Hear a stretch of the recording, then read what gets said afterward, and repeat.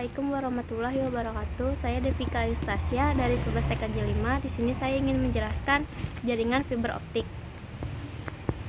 Yang pertama, pengertian fiber optik. Fiber optik adalah kabel yang terdiri dari serat kaca atau plastik yang sangat tipis dan digunakan untuk mentransmisikan data dalam bentuk cahaya.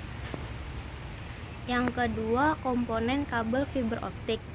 Fiber optik terdiri dari beberapa bagian utama. Yang pertama ada core atau inti dari fiber yang berfungsi sebagai jalur transmisi cahaya.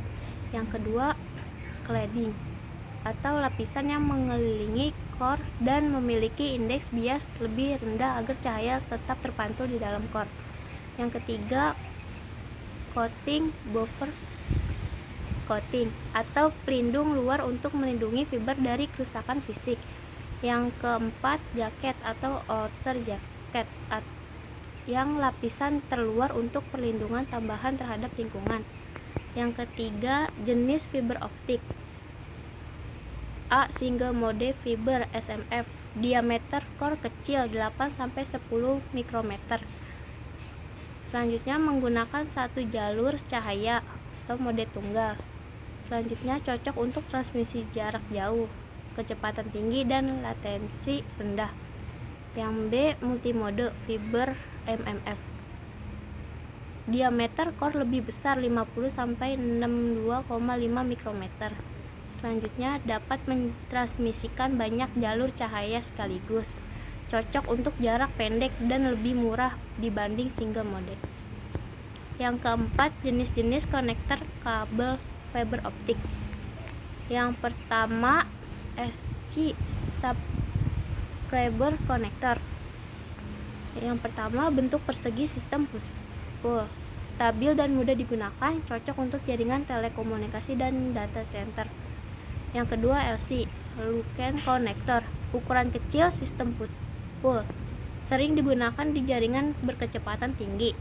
Yang ketiga, ST strike tip, bentuk bulat, mekanisme bayonet, diputar dan dikunci, banyak digunakan dalam jaringan multimode dan industri.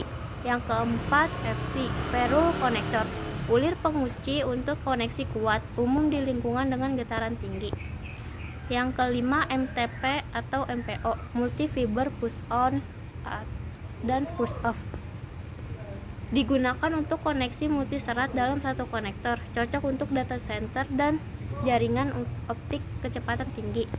Yang keenam, E2000, memiliki penutup otomatis untuk perlindungan tambahan, digunakan dalam jaringan telekomunikasi yang sensitif. Yang kelima, kelebihan kabel fiber optik. Yang pertama yaitu kecepatan tinggi, mampu mentransmisikan data hingga terabit per detik. Yang kedua, jarak transmisi jauh, bisa mencapai ratusan kilometer tanpa perlu repeater. Yang ketiga, ketahanan terhadap interferensi, tidak terpengaruh gangguan elektromagnetik. Yang keempat, lebih aman, sulit untuk disadap dibanding kabel tembaga. Yang kelima, ukuran ringan dan fleksibel, lebih kecil dan ringan dibanding kabel konvensional.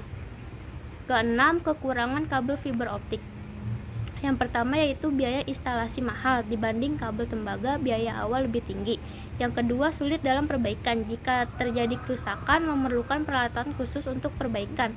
Yang ketiga, rentan terhadap patah, serat kaca mudah pecah jika tidak ditangani dengan hati-hati. Sekian dari saya, terima kasih. Wassalamualaikum warahmatullahi wabarakatuh.